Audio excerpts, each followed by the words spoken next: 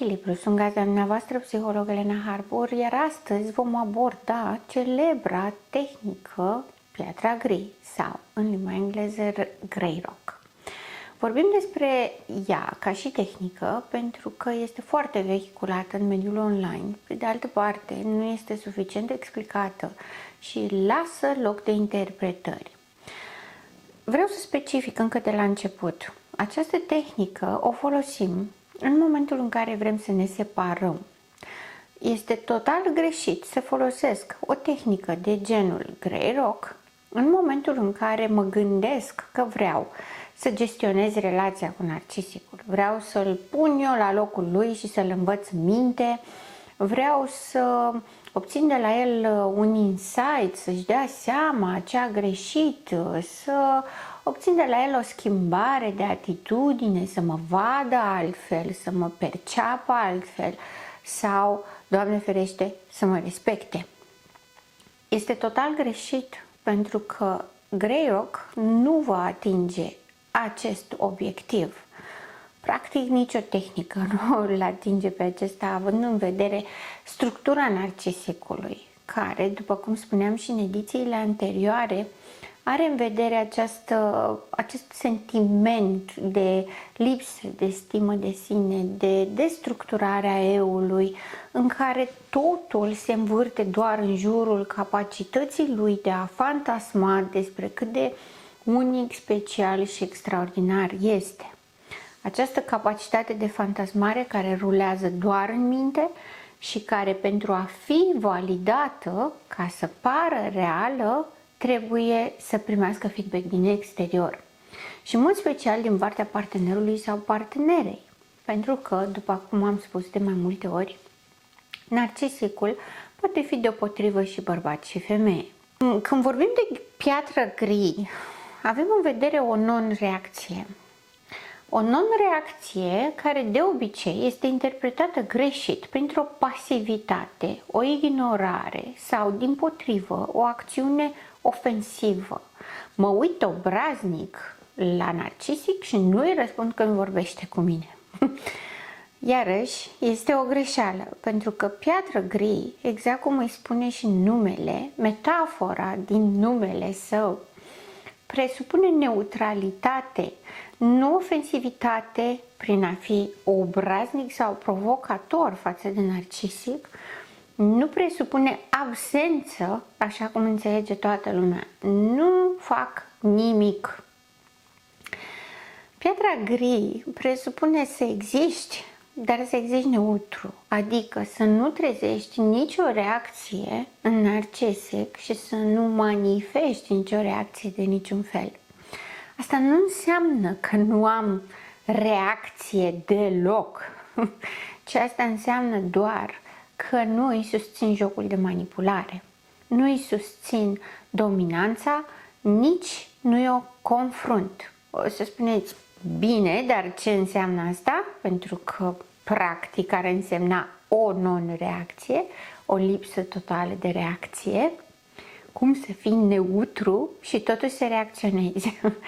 Ei bine, se poate, pentru că exact asta înseamnă piatra gri sau, mai bine spus, această tehnică denumită piatră gri.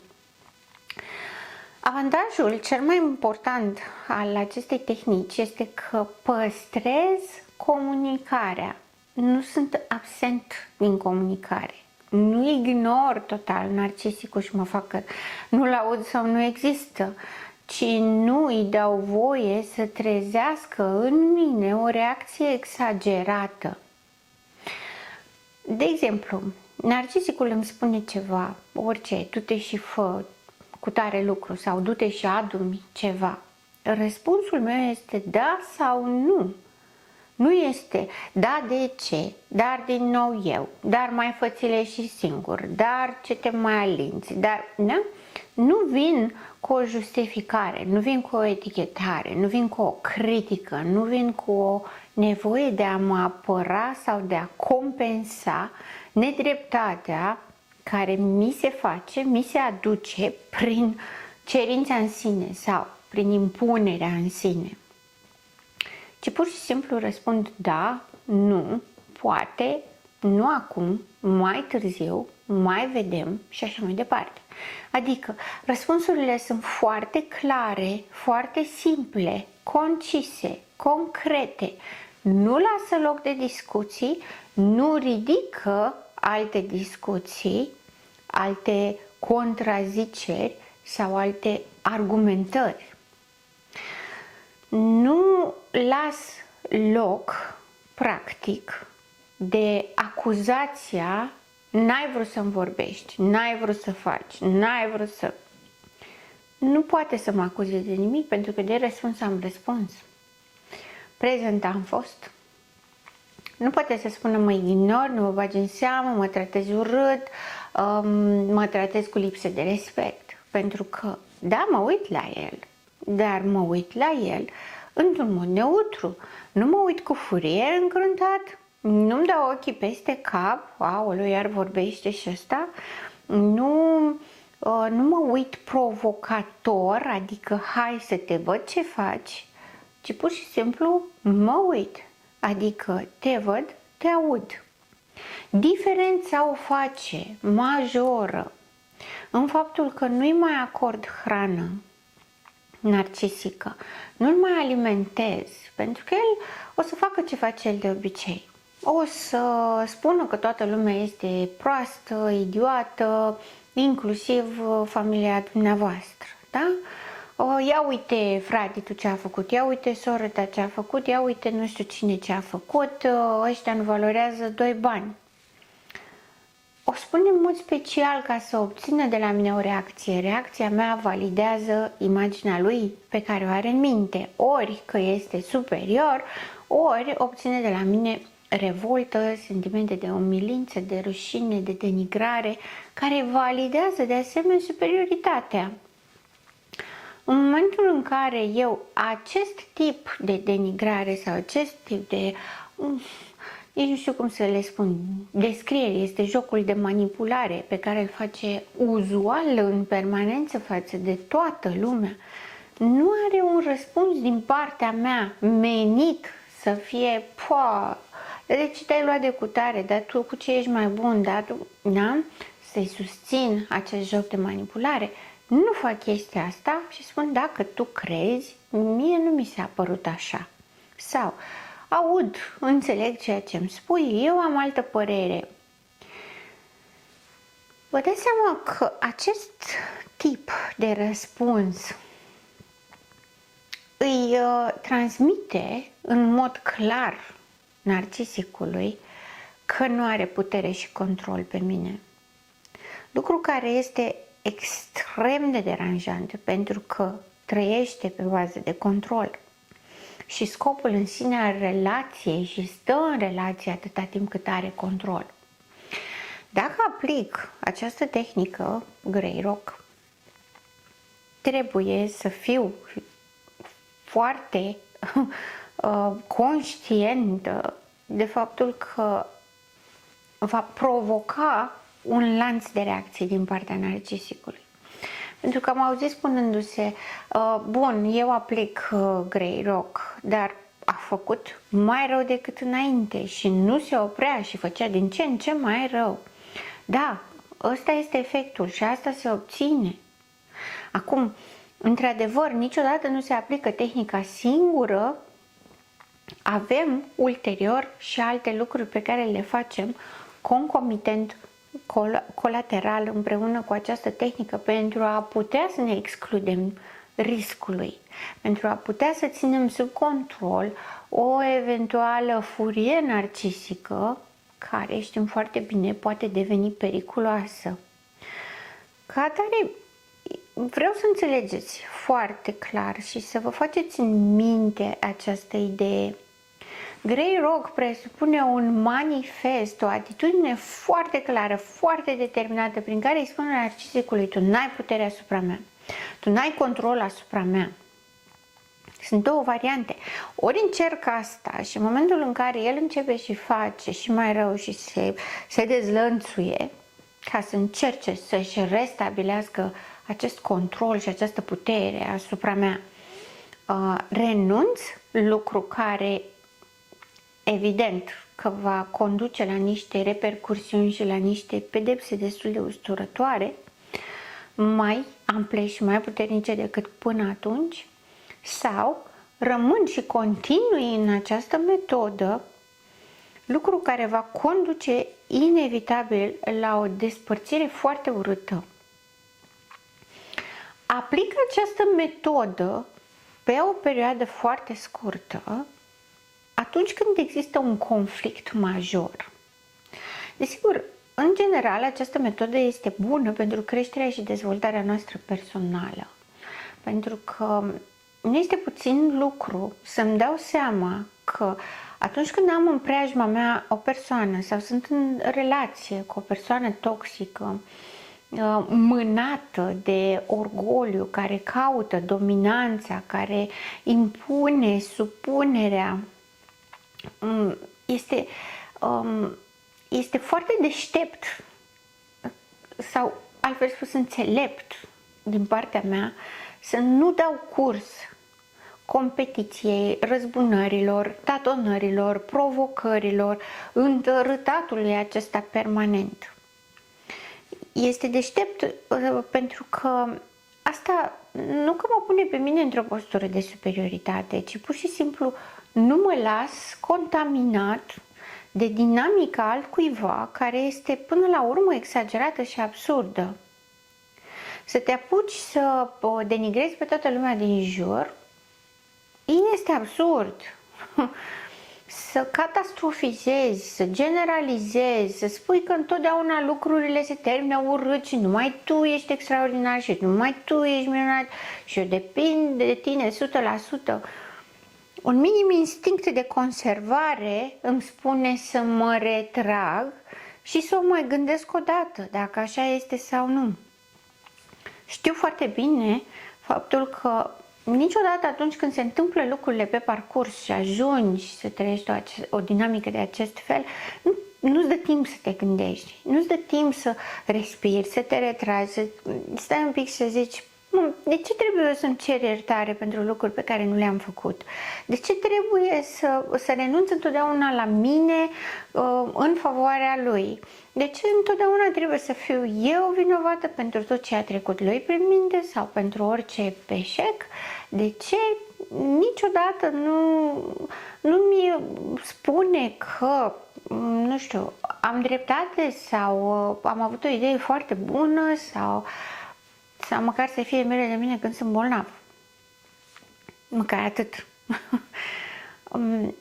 Lucrurile astea se simt, dar narcisicul face acest tip de în manipulare și în abuzul narcisic face această ploaie de acuzații, de tehnici de manipulare pe care le produce repetitiv una după cealaltă într-un timp foarte scurt.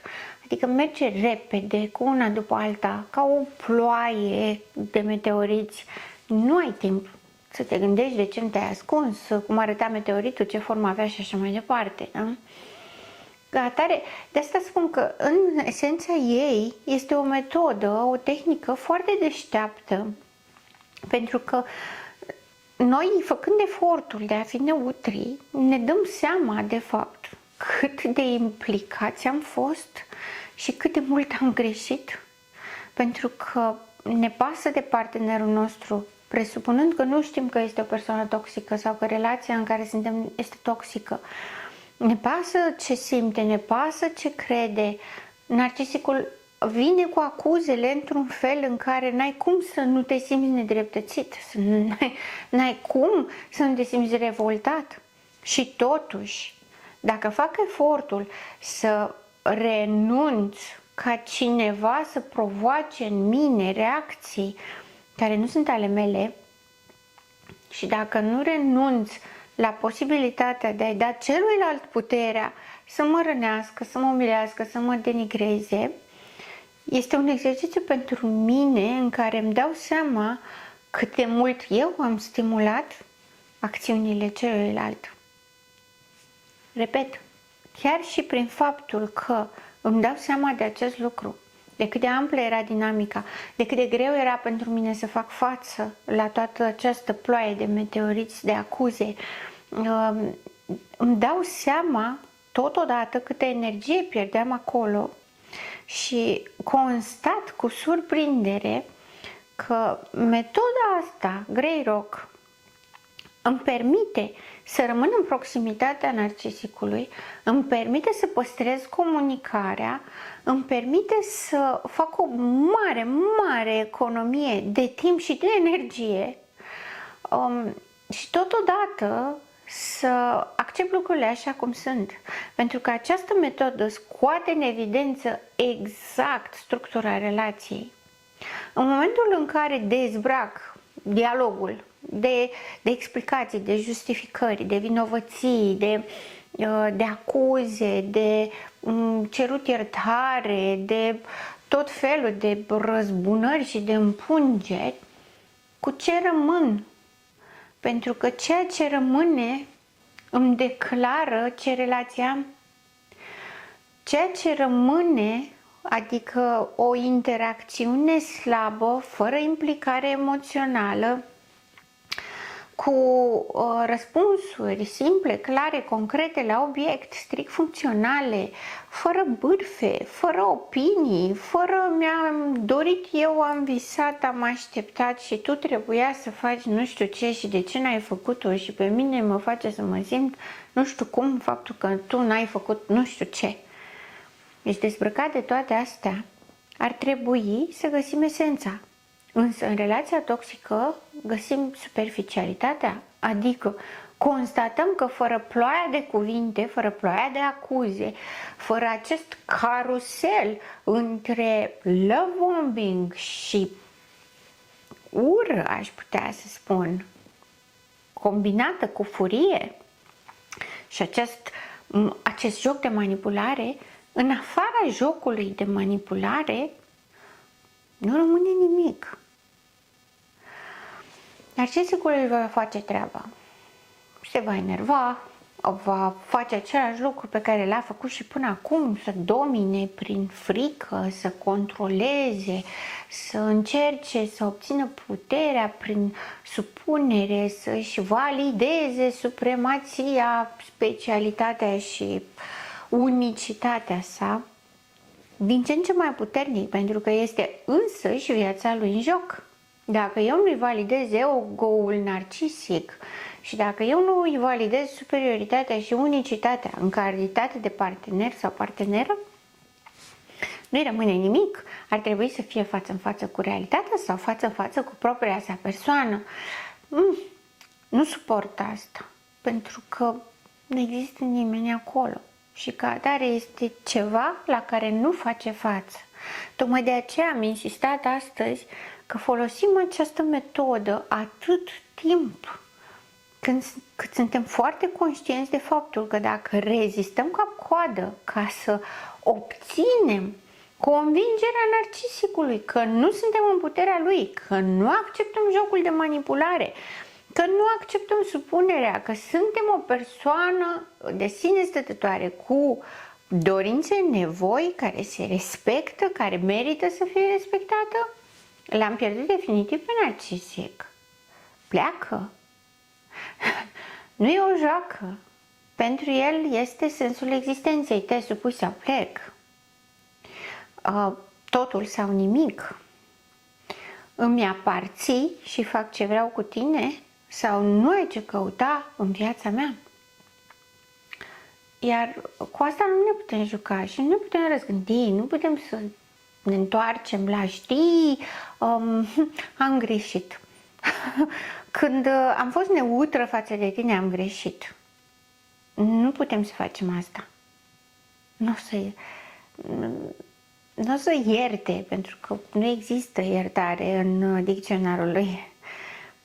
Și tocmai de asta și spun, trebuie să fiți foarte conștienți de faptul că această tehnică doare foarte tare, este extrem de destructurantă pentru un narcisic și de aceea întotdeauna va avea reacție.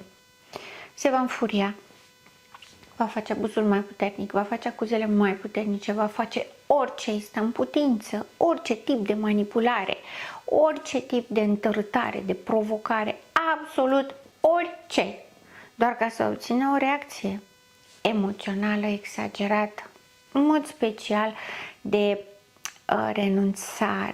renunțarea punerii acestei bariere, adică să nu mai puneți o limită, să nu mai obligați să vă respecte. Asta își dorește să obțină, ca să redobândească controlul și puterea asupra dumneavoastră. Și repet, va face orice pentru asta. Atât timp cât are convingerea că la un moment dat veți ceda și el își va redobândi statutul, va face orice. Dacă nu va merge nici așa, va încerca cu pedepsa și va oferi pedepse din tot ce vine prin minte.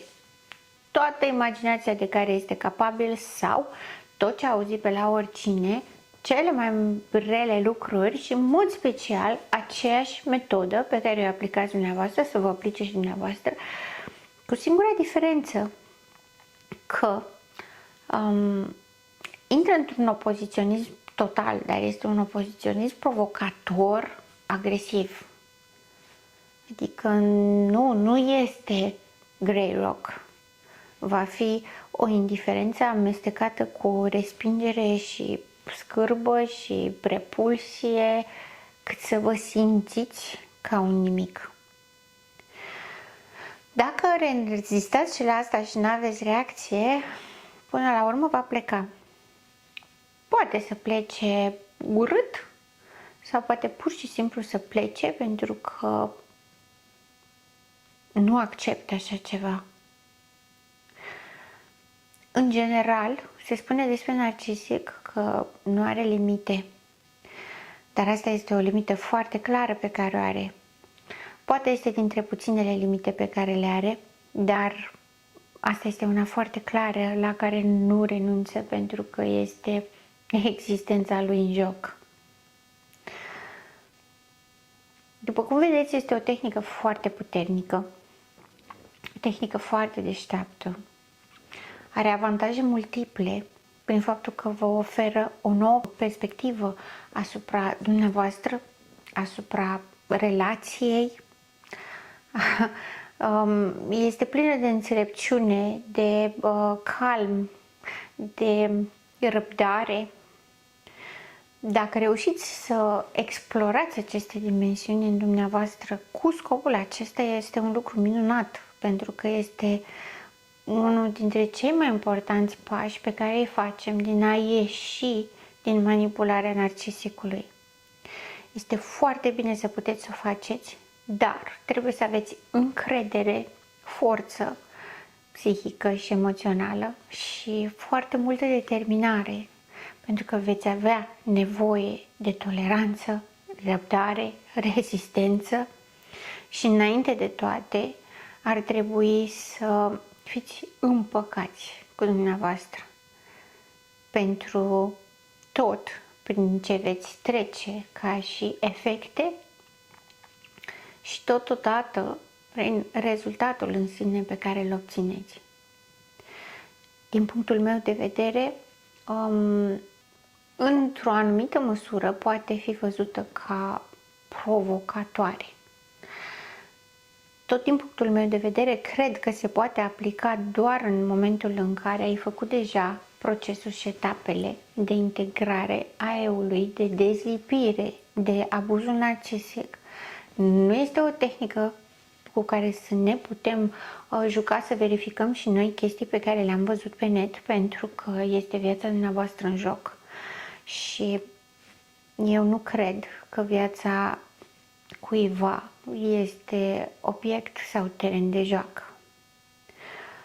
Pentru că există riscuri și există consecințe și în momentul în care vă apucați să aplicați astfel de metode, trebuie să le cunoașteți ca să puteți să faceți o alegere asumată.